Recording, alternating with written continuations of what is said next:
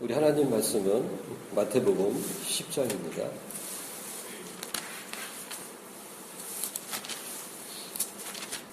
29절부터 31절까지입니다.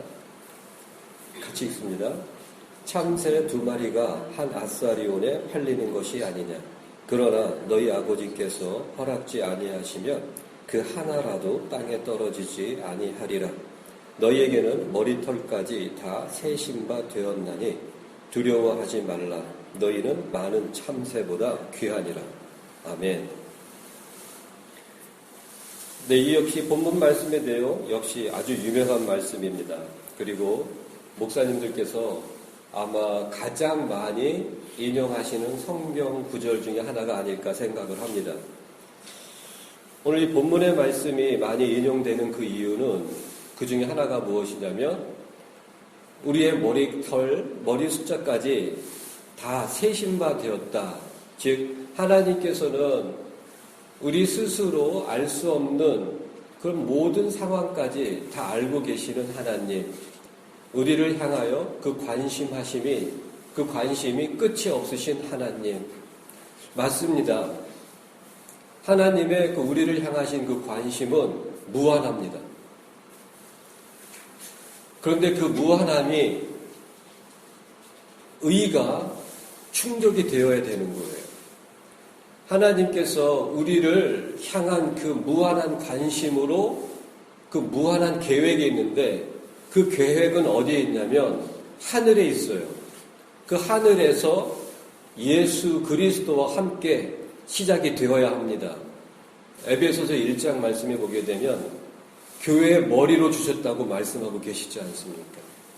예수 그리스도는 우리의 머리가 되시는 분이기 때문에 그분의 몸으로 붙어 있지 아니하면 하나님의 그 무한한 관심의 결과인 무한한 계획 속으로 들어갈 수가 없는 거예요.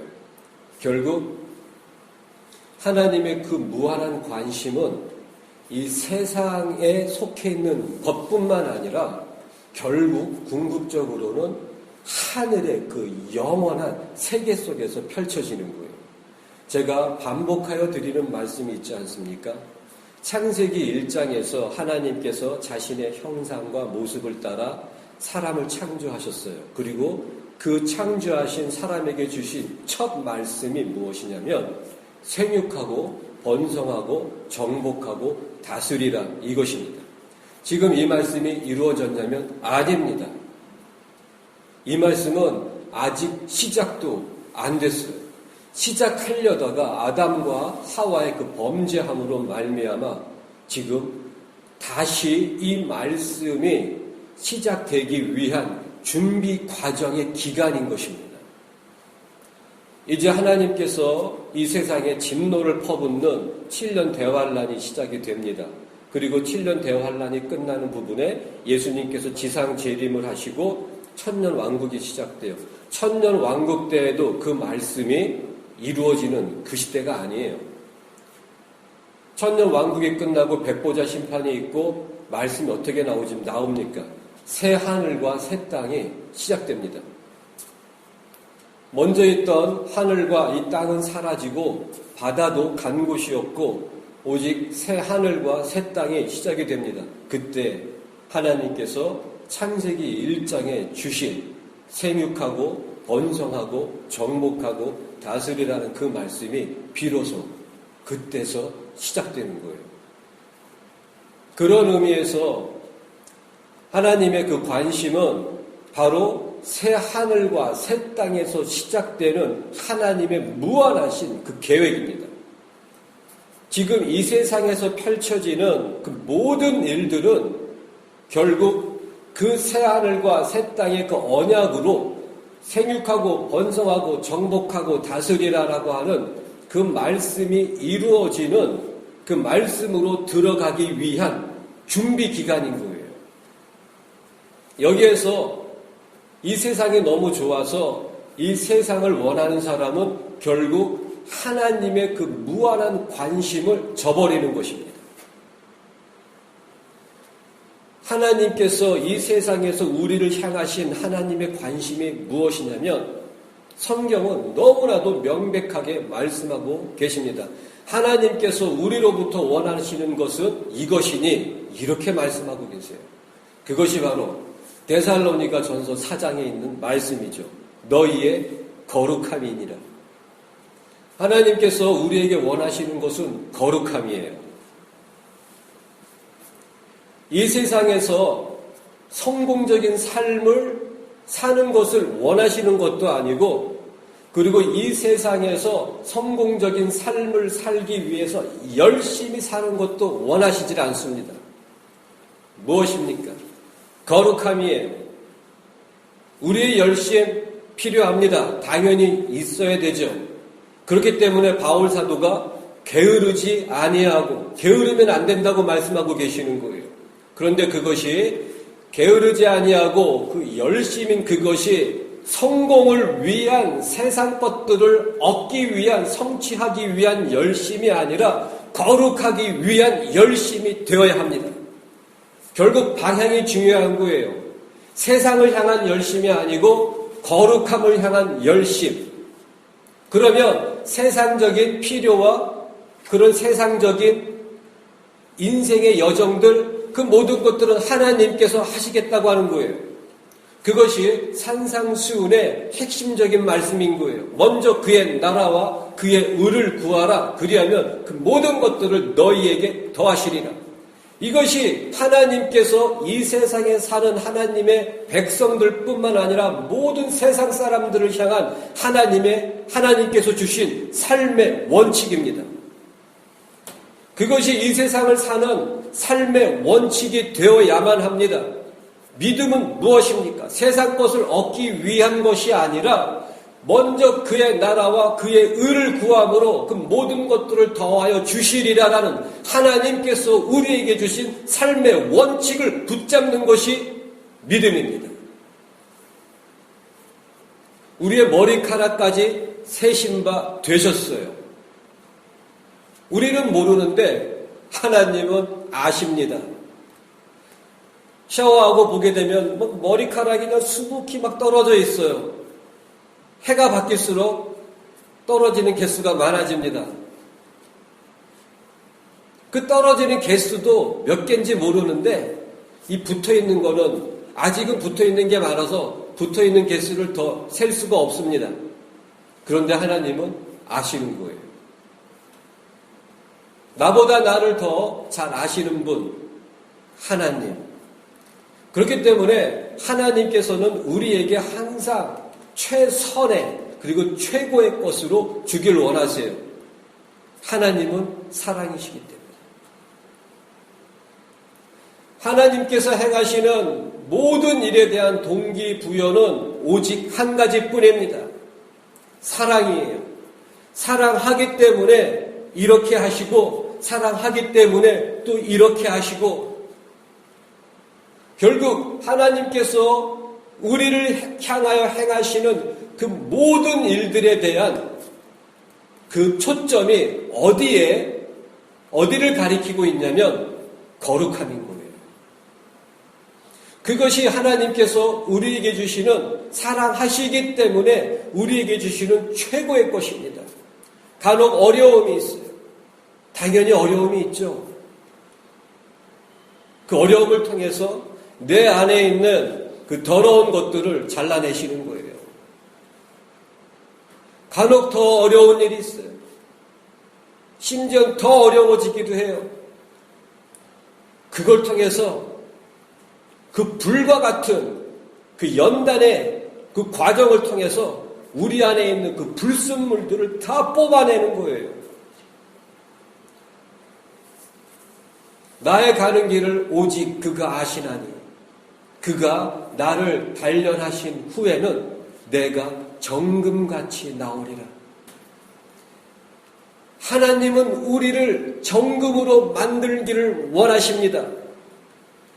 우리는 세상에서 성공하길 원하는데 하나님은 우리를 정금으로 만들길 원하시는 거예요. 우리를 향하신 하나님의 관심은 오직 한 가지뿐이라니까요. 무엇입니까? 거룩함이에요. 나보다 나를 더 잘 아시는 분.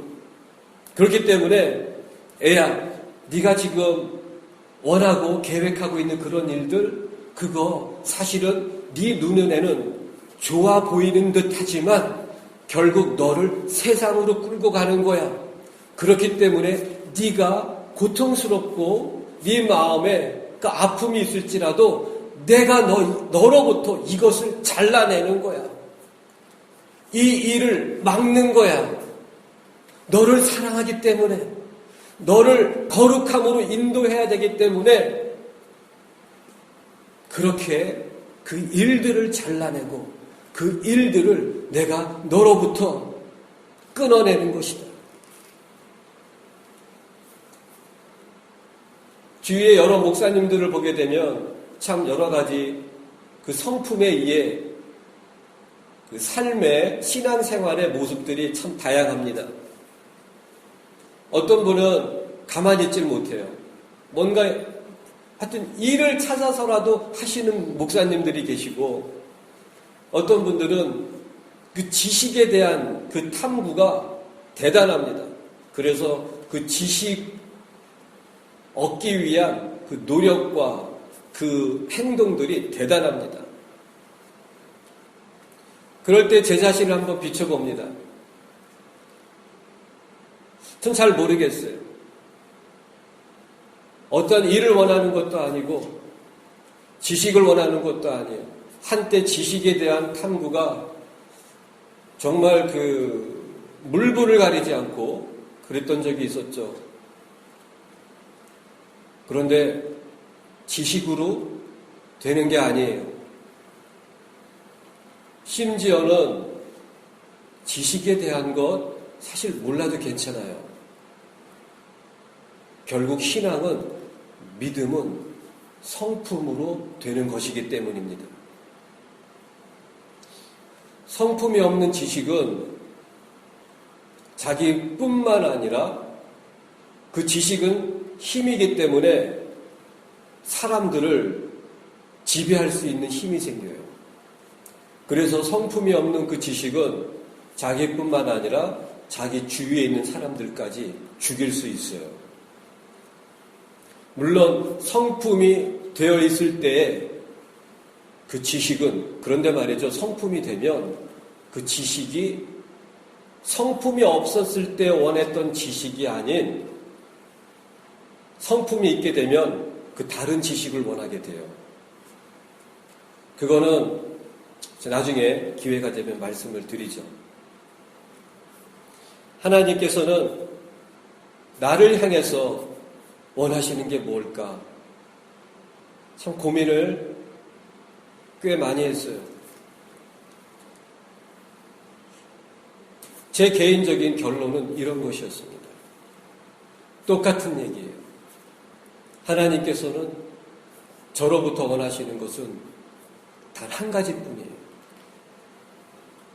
내 안에서 예수를 보기를 원하시는 거였어요. 저는 죽으나 살아 오직 예수만을 구하고 오직 예수만을 증거할 뿐입니다. 예수로 꿈을 꾸고 예수로 말을 하고 예수로 생각을 하고 예수로 살아가는 거예요. 하지만 턱없이 부족합니다. 그거 하나님이 더 잘 아시죠. 제 자신이 이렇게 아는데 하나님은 뭐 더 잘 아시죠. 얼마나 제가 부족한지. 괜찮아요. 전 부족한 거 알아요. 그렇지만 포기하지 않는 거예요. 계속 예수로 더 꿈을 꾸려고 기도합니다. 기도할 때 이렇게 잠들기 전에 기도를 해요. 성령님, 꿈에서도 예수로 꿈꿀 수 있도록 도와주시옵소서. 오직 기도할 때도 참 기도가 너무 좋으면서도 그리고 너무 힘이 들어요. 작년 여름까지만 해도 참 제가 기도하면은 여름에 이렇게 되죠. 기도를 12시부터 이제 밤 12시면 기도를 시작합니다. 기도가 끝날 때쯤 되면 이제 막 날이 새요. 제가 막 원하는 기도의 분량이 그래 내가 12시부터 5시까지 기도를 할 거야. 기도를 그렇게 몇 년간을 했어요. 중간에 일어나서 이제 시계를 보는 습관이 있어가지고 왜냐면 어떻게든 5시까지 채울 거야라는 그 목표를 가지고 기도를 하다 보니까 일어납니다. 시계를 한번 보면 한 3시 반쯤 돼요. 대부분 그 시간이더라고요. 그때부터는 5시까지 완전히 처절한 사투입니다. 기도를 해보시면 알 거예요. 기도가 좋으면서도 기도가 힘이 듭니다. 그리고 기도를 하게 되면 또 알게 됩니다. 기도하지 않으면 말씀으로 살 수 없다는 것을. 기도를 하지 않으면 또한 죄를 이길 수 없다는 것을. 기도하지 않으면 결국 끝까지 예수만을 구할 수 없다는 것을 알게 될 것입니다. 요즘은 그렇게 기도 못해요. 그래서 힘이 든다고 말씀을 드리는 거예요. 해가 바뀌니까 체력이 좀 딸리는 것 같아요. 어쨌든 포기하지 않아요. 기도는 저에게 그 하늘의 것을 호흡하는 그 숨결, 예수 그리스도의 숨결로 충만해지는 호흡입니다. 저는 기도가 저에게 무엇이냐고 묻는 사람이 있다면 저는 그렇게 말할 거예요. 과거에 기도에 관한 책들을 정말 몇 권씩을 읽어가면서 그걸 갖다가 다 한 대 종합을 해가지고 정리를 딱 해놨습니다. 이제 기도에 대해서는 이렇게 가르쳐야지만. 그런데 제 컴퓨터 안에도 그러한 정리되어진 텍스트가 다 있어요. 하지만 몇 년 동안 단 한 번도 그것을 열어보질 않았어요. 왜냐하면 결국 기도는 방법으로 하는 게 아니에요. 기도는 기도하는 방법으로 하는 게 아니에요. 기도는 끝없이 포기하지 않고 끝없이 예수를 구하는 것이기 때문입니다. 그러면 되는 거예요. 말씀을 묵상하면서 예수를 구하고 말씀도 내려놓고 오직 또한 나의 모든 생각을 사로잡아 예수 그리스도께 집중시키고 그냥 그게 기도예요. 오직 예수만을 갈망하는 것. 그런데 이것이 성품에서 이루어져야 되는 거예요. 기도하면 안 될지라도 내 몸을 쳐서 기도로 예수로 나의 기도를 채우고 충만히 채우면 이 성품이 만들어져 갑니다. 예수로 만들어져 가는 거예요. 진리로 만들어져 가는 거예요. 사람은 자기가 많이 생각하는 것이 이 생각에 마음에 충만해지기 때문에 진리를 묵상하고 말씀을 묵상하고 예수를 묵상할수록 내 성품 안에는 진리와 예수로 채워지게 되는 것입니다. 하나님의 관심사는 오직 한 가지예요. 내 안에서 예수를 보는 것입니다. 그렇기 때문에 하나님께서 구하시는 것은 이것이니 너희의 거룩함이니라. 예수가 없는데 어떻게 거룩한단 말입니까? 진리가 없는데 어떻게 거룩해진단 말입니까? 아버지여 저희를 진리로 거룩하게 하옵소서. 이것이 요한복음 17장에 예수님께서 제자들을 향한 마지막 기도였어요. 죽기 직전에 제자들을 향한 마지막 기도가 아버지여 저희를 거룩하게 하옵소서. 아버지여 저희를 진리로 거룩하게 하옵소서. 아버지의 말씀은 진리입니다. 다시 한번 말씀을 드리죠. 제자들을 위한 예수 그리스도의 하나님께 드리는 마지막 기도가 무엇이냐면 아버지 진리로 저희를 거룩하게 하옵소서. 아버지의 말씀은 진리입니다. 그 마지막 기도를 하시기 전에 제자들과 함께했던 그 첫날부터 그때까지 예수님께서 제자들에게 하신 일이 무엇입니까? 그것이 바로 또한 요한복음 15장에 나와 있는 거예요. 너희는 이미 내가 잃은 말로 깨끗하여졌느니라. 결국 말씀으로 진리로 그들의 성품을 씻어내시는 일을 하신 거예요. 하나님의 관심, 예수 그리스도의 관심 오직 한 가지뿐입니다. 우리의 거룩함이에요. 말씀으로 씻어내셨고 또한 말씀으로 거룩하게 하옵소서. 말씀 묵상하지 않고 예수 그리스도를 갈망하지 않고 어떻게 거룩해진단 말입니까? 신앙은, 믿음은 세상적인 것들을 얻는 것이 믿음이 아니고 신앙이 아니에요. 거룩해지고 더 거룩해지기 위해서 몸부림치는 게 신앙이어야만 하고 믿음이어야만 합니다.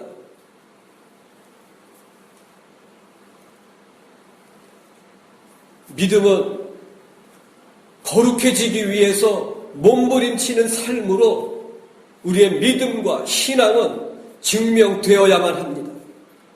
그래서 예수님께서, 하나님께서 거룩함이라고 말씀하고 계시는 거예요. 내가 너희에게 구하는 것은 이것이니 곧 너희의 거룩함이니라.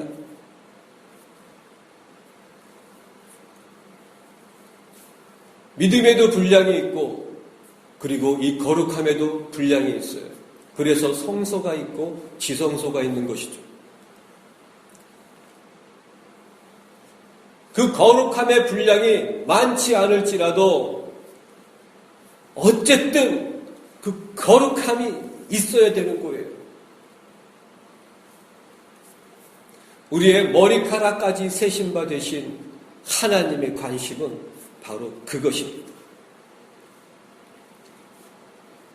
이 마태복음 10장에서 이 제자들에게 주시는 어떠한 예수님을 따르는 그런 아주 많은 무리들을 향해서 주시는 말씀이 아니고 12명에게 주시는 말씀이 바로 이 마태복음 10장에 있는 내용입니다. 10장의 내용에서 좀 반복적으로 나오는 단어가 무엇이냐면 두려워 말라고 하는 것입니다. 그리고 두려워하라라는 것입니다. 위에 있는 말씀을 보게 되면 너의 몸은 죽일지라도 혼은 어찌하지 못할 자를 두려워하지 말라. 그리고 31절에 보게 되면 또한 두려워하지 말라. 지금 그 말씀이 함께 연결이 되어 있는 것이죠. 너희들의 혼은 어찌할 수 없겠지만 너희들의 몸을 죽일 수 있는 사람들을 두려워하지 말아라. 그 의미는 무엇이냐면 예수를 믿기 때문에 어떠한 어려움 중에 많은 사람들이 어려움 중에 있을지라도 나는 예수를 믿으니까는 그 어려움에서 하나님이 이렇게 꺼내주시겠지. 그런 게 아니에요. 남들도 똑같이 어려운 상황에 있는데 예수 믿는다고 해서 나는 더 하나님께서 편안한 형통적인 삶으로 뽑아내 주시겠지. 그게 아니에요. 그러실 수도 있겠지만 그렇게 하지 않으십니다. 하지만 달라요. 똑같이 모든 사람들이 어려운 상황에 다 있을 때에 예수가 있는 사람은 달라요. 그 상황과 환경이 달라지는 것이 아니고 제가 말씀드렸지 않습니까? 성품이 다른 거예요. 다른 사람들은 불평과 불만, 그리고 어떤 사람들은 우울해지고 어떤 사람들은 낙담과 그 절망으로 빠져 들어가지만 예수가 있는 사람은 어떠한 어려움 속에 있을지라도 다른 거예요. 성품이 다른 거예요. 그런 상황에서도 주님 감사합니다. 주님 감사합니다. 요셉을 보세요. 요셉이 17살 때 형들에 의해서 정말 형들에 의해서 노예로 팔리지 않습니까? 보디발 장군의 집에 가가지고서 오랜 세월을 종노릇을 하면서 어려운 삶을 살았어요. 그런데 그 말씀의 내용의 그 의미를 깨닫게 되면 그가 노예로 형들에게 버림당하고 배신당하고 노예로 팔려가고 거기에서 종노릇을 함에도 불구하고 그 요셉은 매우 성실하게 일을 했습니다. 그리고 분명히 그의 삶에는 기쁨이 있었어요. 감사가 있었어요. 그렇기 때문에 그 보디발 장군이 요셉을 보았을 때, 야, 쟤는 하나님이 함께 하시는구나. 제가 섬기는, 요셉이 섬기는 그 하나님이 저와 함께 하는구나. 그렇기 때문에 하나님께서 복을 주셔가지고 요셉이 하는 일마다 하나님의 복이 임함으로 이 보디발 장군이 이 요셉에게 모든 것을 다 맡기는 거예요. 이제 좀 뭔가 일이 풀리는구나 그랬더니만 그 보디발 장군의 아내가 유혹하지 않습니까? 그랬을 때에 요셉이 이렇게 얘기를 하는 거예요. 요셉의 옷을 막 달라붙어가지고 막 벗길 때에 요셉이 이렇게 말합니다. 내가 하나님께 죄를 범할 수 없습니다. 그리고 옷을 벗어버리고 도망가는 거예요. 요셉의 삶의 기준이 무엇입니까? 하나님인 거예요. 노예로 팔려 나갔어요. 형제들에게 배신당하고 버림당했어요. 그리고 이제는 결국에는 왕의 감옥에 갇히게 되는 거예요. 참 인생 얄궂다. 어쩜 안 풀려도 저렇게 안 풀릴 수 있을까 할 그러한 삶을 14년 동안 산 사람이 요셉입니다. 그런데 결국 감옥에서도 그 말씀의 내용의 그 의미를 묵상해 보면 결국 그의 삶의 태도는 똑같아요. 그 속에서도, 그 감옥 속에서도 그는 감사와 기쁨이 있었어요. 그 삶의 기준이, 그 삶의 원칙이 무엇입니까? 하나님이었어요. 눈으로 봤을 때에 요셉의 삶이 하나님께서 축복을 주시는 삶입니까? 아니잖아요. 아닌 거예요. 하지만 축복으로 가고 있는 중인 거예요. 하나님의 관심은 요셉으로부터 단 한 번도 끊어진 적이 없는 거예요. 하나님께서 관심을 가지시고 하나님께서 그렇게 사랑하시는데 왜 요셉의 인생이 그렇게 얄궂게 기구한 운명으로 가야만 합니까? 그럴지라도 요셉의 마음과 성품은 세상 사람과 다른 거예요. 그 성품이 더 깊어지고 그 거룩한 성품이 더 거룩한 성품으로 단련되어지는 거예요. 나중에 시편 105편을 읽어보시길 바랍니다. 거기에 말씀으로 요셉을 단련하셨다란 말씀이 있어요.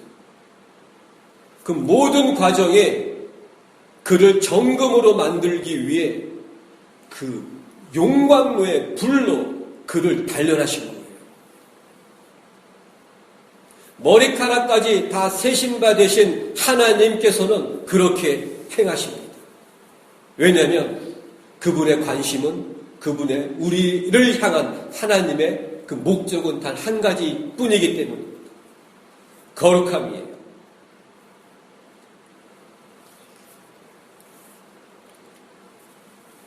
어떠한 어려움이 있을지라도 괜찮아요. 예수만 구하시길 바랍니다. 기도에서도 세상 기도 제목 내려놓으세요.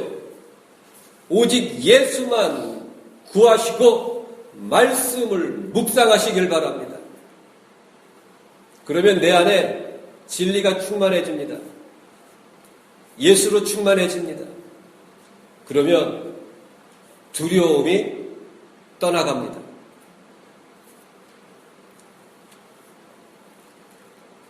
(2017년) 이 한 해는 아주 무서운 일들이 일어나는 한 해가 될 것입니다.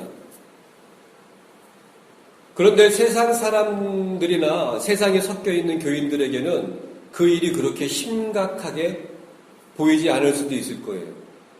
하지만 예수가 있는 사람들, 그리고 바울 사도께서 하신 말씀처럼 그 데살로니가 전서 5장 말씀처럼 그 어두움에 있지 아니하는 자들은 그 주의 날이 도적과 같이 임하지 못하리라고 말씀하셨기 때문에 세상의 그 흐름이 깨달아집니다. 그들에게는 별 심각한 것처럼 보이지 않을지라도 예수가 있는 사람들에게는 그 일들이 얼마나 심각한 일들인지 그리고 얼마나 무서운 일들이 벌어지고 있는지 알게 될 것입니다. 우리나라에서는 이 농지법이 바뀌었어요. 이제는 농사만 짓던 땅들을 그 땅 주인이 원하기만 하면 그 용도 변경을 할 수 있는 법이 통과되었다고 합니다. 이건 매우 무서운 거예요. 그리고 몇 주 전에 미국에서도 한 법이 통과가 되었습니다. 그것이 Food Safety Modernization이라고 하는 법이에요. 그것이 식품 안전 현대화법이라는 것입니다. 제가 말씀드린 것처럼 그 법이 얼마나 무서운 법인지 설명해 드렸죠. 지금 세상은 정말 무섭게 돌변하고 있습니다. 이러한 상황 속에서 괜찮아요. 하나님의 관심사는 오직 한 가지뿐입니다. 무엇입니까? 거룩함이에요. 그 하나님께서는 우리를 어떻게 바라보고 계시냐면 우리의 머리카락까지 세신바 되셨다고 말씀하고 계십니다. 참새 2마리가 한 아사리온에 팔리는 것이 아니냐. 그것도 하나님께서 허락하지 아니하시면 이 참새가 땅에 떨어지지도 않는다고 말씀하고 계시는 거예요.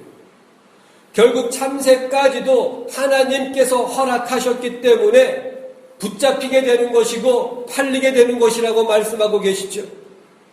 하나님이 온 세상 우주 만물을 다스리고 계시는 거예요. 지금 이 세상에 우리 눈으로 보기에 정말 어렵고 심각하고 무서운 일들이 벌어지고 있을지라도 다 괜찮아요. 하나님이 우리의 아버지시고 예수 그리스도가 우리의 머리가 되시고 성령님께서 우리와 함께 계시기 때문에 이 성령님은 진리예요. 온 우주 만물을 무엇으로 붙잡고 계십니까? 진리로, 말씀으로 붙잡고 계신다고 히브리서 1장에 나와 있지 않습니까? 그 성령님이 우리와 함께 하십니다. 우리를 인도해 가십니다. 괜찮아요. 정말 다 괜찮아요. 기억하십시오. 하나님께서 우리의 머리카락까지 다 세신 바 되셨습니다. 기도하겠습니다.